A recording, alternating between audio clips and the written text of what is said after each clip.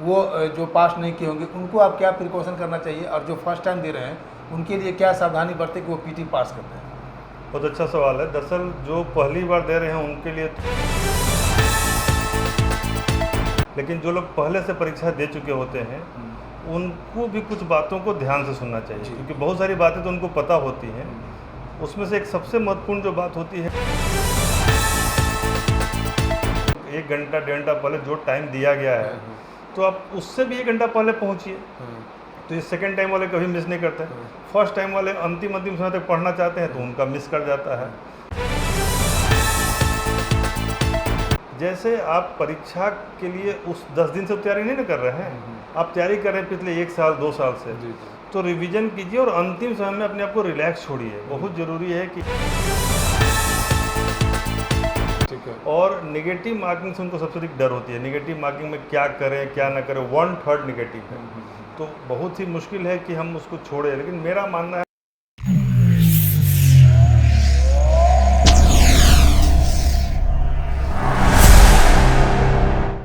नमस्कार, मैं शंभू कुमार।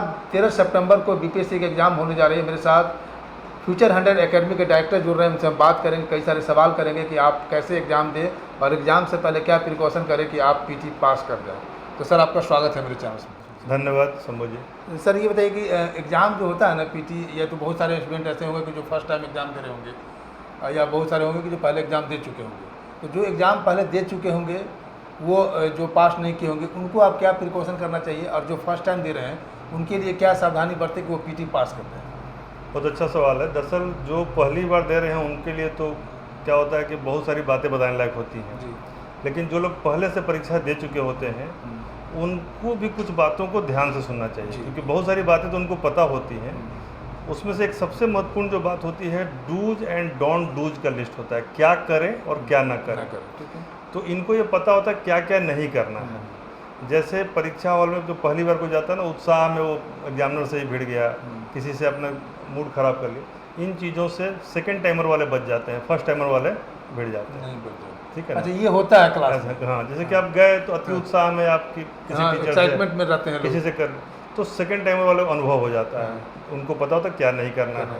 दूसरा, उनको पता है समय से पहले पहुंचना है। जब आपको 1 घंटा 1.5 घंटा पहले जो टाइम दिया गया है तो आप उससे भी 1 घंटा पहले पहुंचिए। तो ये सेकंड टाइम वाले कभी मिस नहीं करते। फर्स्ट टाइम वाले अंतिम समय तक पढ़ना चाहते हैं तो उनका मिस कर जाता है। तो देखिएगा कि हर एक परीक्षा, अमूमन बीपीएससी की जो परीक्षाएं होती हैं, हर एक परीक्षा के गेट पर कहीं ना कहीं 2-4 विद्यार्थी गेट बंद होने के बाद बाहर लटक जाते हैं। उसमें छात्राएं भी हैं और छात्र भी हैं। तो इसलिए इन चीज़ों से बचना चाहिए। ये तो व्यवहारिक फर्स्ट स्टेप है आपका। दूसरा, जैसे आप परीक्षा के लिए उस 10 दिन से तैयारी नहीं कर रहे हैं, आप तैयारी कर रहे हैं पिछले 1 साल 2 साल से, तो रिवीजन कीजिए और अंतिम समय में अपने आप को रिलैक्स छोड़िए। बहुत ज़रूरी है कि आप विषयों का रिवीजन करके, और अभी आपके पास लगभग 10 दिन बचा है, 10 दिन तो नहीं कहेंगे, 1 सप्ताह के आसपास समय बचा है। तो इस 1 सप्ताह में आपके पास एक मात्र काम है, नया विषय को नहीं चुने, पुराने जो भी आपने पढ़ा है उसको पलट के पढ़ें, और यदि कहीं से कोई कंडेंस कोई मटेरियल मिलता है तो उसको एक बार देख जाए। मोस्ट इम्पोर्टेंट टाइप से ये हुआ।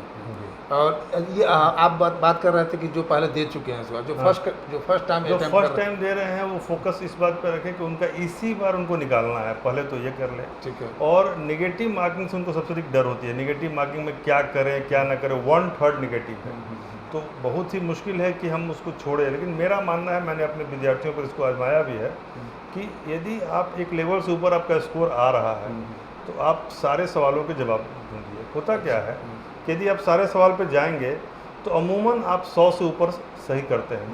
जब नेगेटिव मार्किंग नहीं था तो हमारे जो अच्छे विद्यार्थी थे सब 100 से ऊपर करते थे।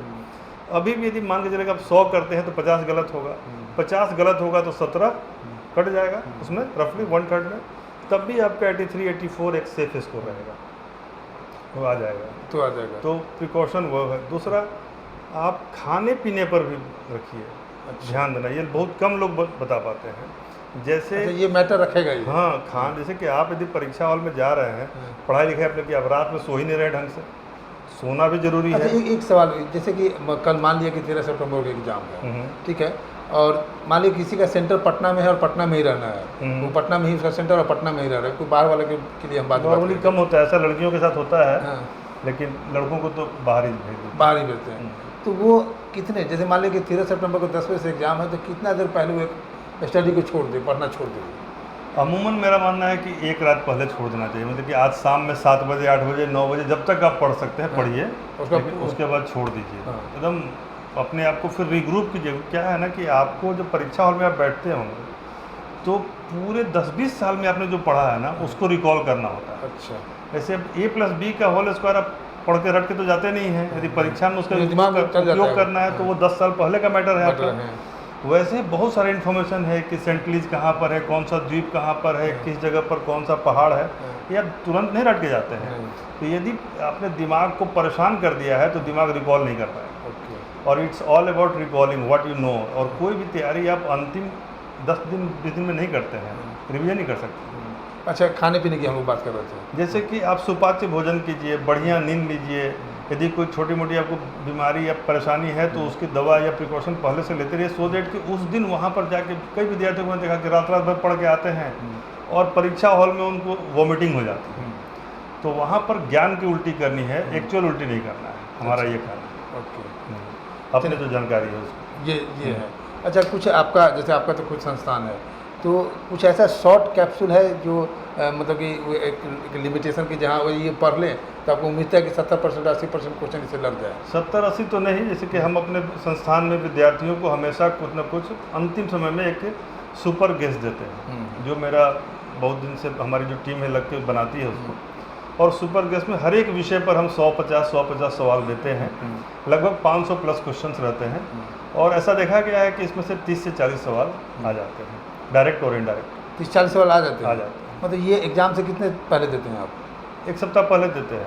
यदि अभी हमारा आ गया है वो सुपर गेस्ट आ चुका है। तो ये कोई एप्लीकेशन है? नहीं, हम ऐप के माध्यम, मेरा ही अपना एप्लीकेशन है। आप गूगल प्ले स्टोर पर जाएंगे तो वहाँ पर वो मिल जाता है। बता दीजिए, मान लीजिए देखेंगे तो। हाँ, वो फ्यूचर 100 IAS अकेडमी ऐप है, उस पर आप जाएंगे तो वहाँ से आप डाउनलोड कर सकते हैं और वहीं पर इसका लिंक है, आप उसको ले सकते हैं। इसका ये पे है? बहुत ही मिनिमम फीस है, 99 रुपीज़। 99 रुपीज़, बहुत ही कम है। वो एक मतलब जो टीचर इतना मेहनत करते हैं, हम लोग इतना उस पर सही मेहनत बात है। करते हैं, करंट अफेयर्स के साल भर की चीज़ों को हम लोग मात्र 10 पेज में ले आते हैं, कलेक्ट तो करते उन हैं। चीज़ों के लिए वो पारिश्रमिक है। अच्छा, ये मान लीजिए कि पीटी से 13 सितंबर को एग्ज़ाम है, तो जैसे 15 दिन पहले की हम बात करें, 15 दिन पहले, एक दिन पहले तो आप पढ़ने के लिए छोड़ देते हैं, 14 दिन की बात करें तो 14 दिन में वो क्या कंपेक्ट पकड़े वो? समझ गए आपका सवाल। वो एक्चुअली देखिए, यहाँ जो 7 विषय होते हैं, इतिहास, भूगोल, science, current affairs, Indian polity और इंडियन इकोनॉमिक्स और बिहार स्पेशल, ये सारी चीज़ें होती हैं। इसमें 30 नंबर का हिस्ट्री होता है, 30 मार्क्स का। सबसे पहले आप हिस्ट्री को रिवाइज कीजिए, उसमें भी खास करके मॉडर्न इंडिया, मॉडर्न हिस्ट्री, ठीक है। ये 30 नंबर आपका हो गया। साइंस में फिजिक्स, केमिस्ट्री और बायो और इन्वायरमेंट मिला के 30 सवाल होते हैं, जो आसान होता है। यदि थोड़ा उसको आप रिवाइज कर लें तो 30 नंबर का वो हो गया, 30-60 नंबर, यानी 60 मार्क्स आपके कंक्रीट हो गए। इसके बाद आपका जो थर्ड और सबसे लार्जेस्ट सेगमेंट है वो है करंट अफेयर्स का, जिसमें 30 से 34 सवाल आते हैं। अच्छा, तो यदि आपने इस 3 सेगमेंट को ही रिवाइज कर लिया तो 95 क्वेश्चन हो गया आउट ऑफ 150। पिछली बार जो एक यदि छोड़ दिया जाए, करंट ये मतलब जनरल कैटेगरी को छोड़ दिया जाए, तो मैक्सिमम लोगों का सिलेक्शन 84-85 में हो गया पिछली बार की बात। पिछली बार। तो हमारा 95 तो ये 3 विषय में हो जा रहा है। इसके बाद इंडियन पॉलिटी है, इकोनॉमिक्स है, इसमें 10 मार्क्स तो आ ही जाएंगे, आ जाएगा। तो आपका इन तीनों पे कमांड कीजिए और मैथ्स के प्रीवियस ईयर क्वेश्चन मानिए 10 में 10 आ जाएगा। 10 में 10 आ जाएगा। केवल 10 साल का जो मैथ्स है उसको प्रैक्टिस कर लीजिए, 10 में 9 तो आ ही जाएगा, एक आपका लक है। मैथ का क्या लेवल होता है, किस लेवल? मैथ्स का लेवल एकदम 10th लेवल का होता है। 10th लेवल का। 1-2 सवाल थोड़ा सा टफ आता है, एक दो सवाल उसको टफ गेस कर लीजिए, वो सबके लिए कॉमन उसको रहता है। स्किप कर दीजिए। इस बार आपको क्या लगता है कट ऑफ क्या होना चाहिए? कट ऑफ पे तो हम लोग बात करेंगे आपसे फिर से दोबारा, अच्छा, क्योंकि दोबारा बात परीक्षा करेंगे। पेपर देखने के बाद ही कट ऑफ पे बात किया था, क्योंकि टफनेस लेवल उसमें मैटर करता है। पेपर का टफनेस लेवल क्या है, नंबर ऑफ कितने छात्र अपीयर हुए हैं और किस तरह का ये समीकरण बन रहा है। लेकिन क्वेश्चन के बाद जनरल पिछले 3 बार से देखा गया कि 90 पार नहीं करता है। 90 पार नहीं करता, 100 में 90 पिछले 3 बार में पार नहीं किया है। तो मान के चलिए कि इस बार भी 4.5 लाख लोग फॉर्म भरे हैं और सीटों की संख्या ज़्यादा है। सीटों की संख्या कम होती है तो कट ऑफ ज़्यादा जाता है। तो इस बार सीटों की संख्या थोड़ा ज़्यादा है, अभी भी 1300 के आसपास हो गए हैं और लगता है कि 1400-1500 तक जाएगा। तो इस हिसाब से हमें लगता है कि वही 85 अराउंड ही जाएगा। 35 जाएगा। 85 कई लोग को शुरू में ये कम लगता है, लेकिन बाद में यही सिद्ध होता है। अच्छा सर, ये बताइए कि इसमें बहुत सारे लड़के का चॉइस होता है, आईपीएस का होता है, आईएएस का होता है, तो ये अभी से बिहार उसकी बीपीएससी का है, तो इसमें आईएएस आईपीएस तो नहीं, इसमें आपको बेसिकली एसडीएम डीएसपी होता है, जिसको बिहार पुलिस सर्विस और बिहार एडमिनिस्ट्रेटिव सर्विस कहते हैं। तो बीएएस सबका फर्स्ट चॉइस होता है, एडमिनिस्ट्रेटिव सर्विस, जिसमें कि अभी एसडीएम बनते हैं, और उसके बाद सेकंड चॉइस, कई बार फर्स्ट चॉइस वो बिहार पुलिस सर्विस होता है, जो कि बीएसपी बनते हैं। तो वो सीटों की संख्या बढ़ करते हैं, लेकिन बिहार एजुकेशन सर्विस की काफ़ी सीटें हैं इस बार, और एजुकेशन सर्विस भी एक अच्छा ल्यूक्रेटिव सर्विस माना जा रहा है। फिर वो जो स्टेट टैक्सेस का जो कमिश्नर होते हैं, वो सर्विसेज भी इसमें हैं, काफ़ी अच्छे अच्छे पद हैं, और ज़्यादातर चॉइस एडमिनिस्ट्रेटिव का ही रहता है। सर जैसे बिहार में कोई भी एग्ज़ाम होता है, बीपीएससी से लेकर के टीचर की बात करें, कोई भी एग्ज़ाम की बात करें, तो छात्र को एग्ज़ाम से पहले इस बात का डर बना रहता है कि क्वेश्चन पेपर लीक हो जाएगा। हालांकि कुछ एक विगत बात करें तो अभी नहीं हुआ है, लेकिन ये परंपरा है, होता है, ऐसी बात नहीं कि नकारा भी नहीं जा सकता है। तो इस स्थिति में आप आयोग को, सरकार को, छात्र को, तीनों को क्या कहेंगे आप? देखिए, कुछ थ्रेड्स आउटर होते हैं, कुछ थ्रेड्स इंटरनल होते हैं जी। तो जो कुछ पर हमारा कमांड होता है, कुछ पे हमारा कमांड नहीं होता है।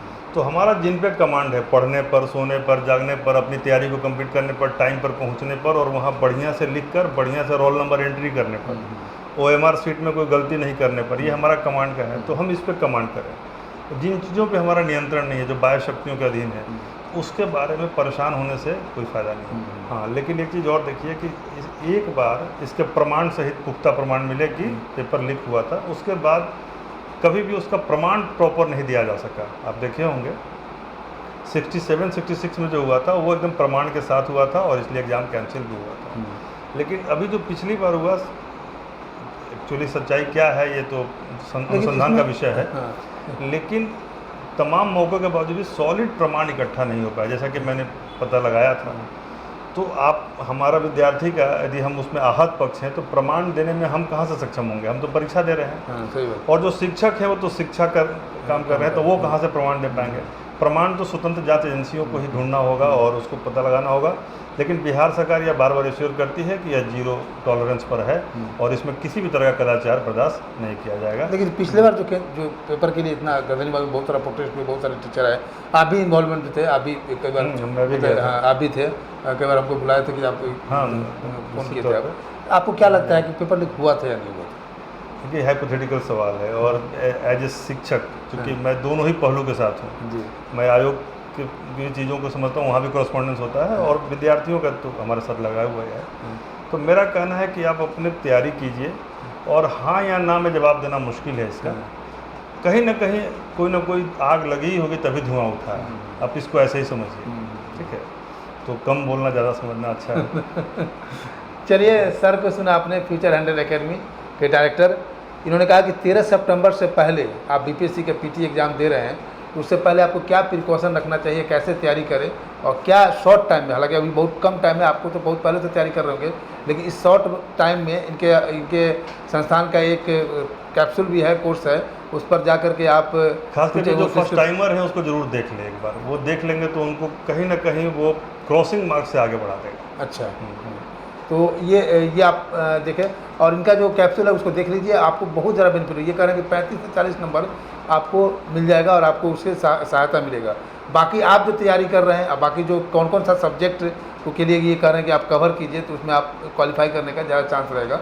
और जो छात्र एग्ज़ाम देने जा रहे हैं उनको बेस्ट ऑफ लक, कि आप अच्छे से एग्ज़ाम दें और अच्छे से पास करें। जी, all the best to all of you.